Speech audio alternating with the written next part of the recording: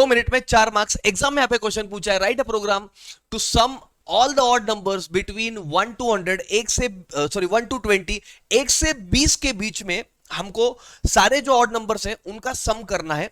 अब इसके लिए हम प्रोग्राम कैसे लिखेंगे, हैश इंक्लूड stdio.h conio.h, जो बेसिक हेडर फाइल है जो हमने इंक्लूड करी है, जो हम हर प्रोग्राम में इंक्लूड करते हैं। वॉइड मेन के अंदर मैंने वेरिएबल डिक्लेयर किया इंट सम इक्वल टू 0, सम का वैल्यू मैंने 0 सेट किया है और आई मैंने इनिशियलाइज करके रखा है। अब देखो फॉर लूप के अंदर यहाँ पे आई की वैल्यू मैंने 1 सेट की है और यहाँ पे कंडीशन में डाला है I is less than equal to 20।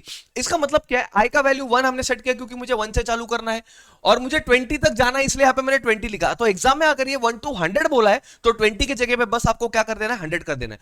अब अगर ये मेरा कंडीशन ट्रू होता है, जैसे कि I is less than equal to 20, मतलब 1 is less than equal to 20, तो ये ट्रू हो जाएगा। ट्रू होगा तो ये अंदर आएगा इफ ब्लॉक के अंदर। अब इफ ब्लॉक के अंदर कंडीशन के लिखा है आई मॉड टू इक्वल टू 1। अब यहां पे देखो आई मॉड टू इक्वल टू 1 का मतलब क्या है, अभी आई की वैल्यू हमारी अभी फिलहाल कितनी आई की वैल्यू है, 1 है, ठीक है। तो यहां पे आप देख सकते हो आई की वैल्यू कितनी है, 1 है।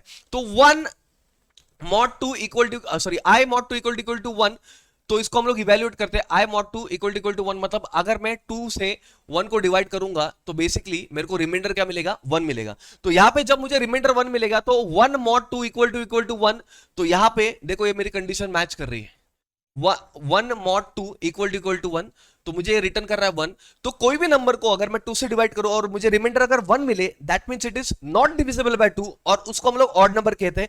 तो ये केस में आप देखोगे कि जो मेरा सम का वैल्यू 0 है, जो हमने यहाँ पे सेट करके रखा है, तो यहाँ पे मैं फॉर्मूला क्या लिखूंगा, sum is equal to sum plus I. मतलब what is value of my sum, sum का वैल्यू अभी फिलहाल के लिए मेरा क्या है, 0 है। तो 0 प्लस 1 मतलब मेरा सम का वैल्यू कितना हो जाएगा, अगर आप देखोगे तो करंट सम का वैल्यू हो जाएगा मेरा 1। ये लूप नंबर 1 है। अब आई की वैल्यू मेरी इंक्रीमेंट हो जाएगी, यहाँ पे आई प्लस प्लस किया है तो आई की वैल्यू 1 से बढ़ के अभी 2 हो जाएगी। तो अभी आई की वैल्यू 2 हो गई है।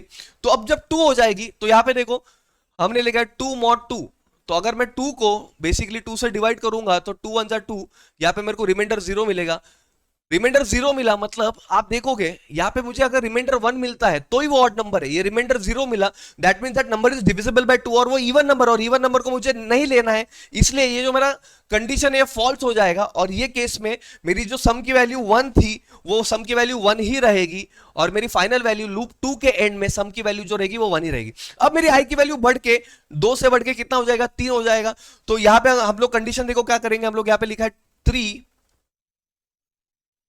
Mod two equal to what, तो यहाँ पे 2 को अगर मैं डिवाइड करूंगा, 3 को डिवाइड करूंगा 2 से, तो 2 1 जा 2 और रिमाइंडर मेरे को बेसिकली क्या मिल जाएगा, 1।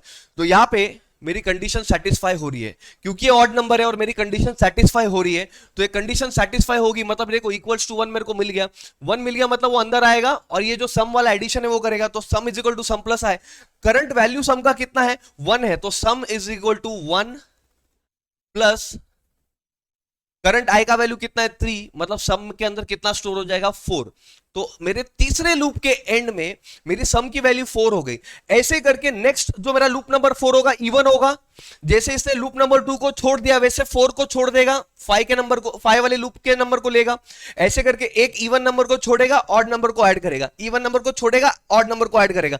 ऐसे करते करते ये लूप 20 बार घूमेगा और फाइनली सम के अंदर एक कोई ना कोई वैल्यू स्टोर होगा जो होगा addition of all the odd numbers between 1 to 20। तो अगर आपने ये प्रोग्राम लिखा तो आपको मिल जाएगा 4 मार्क्स। ऐसे 4 मार्क्स को स्कोर करने के लिए वीडियो को सब्सक्राइब करिए।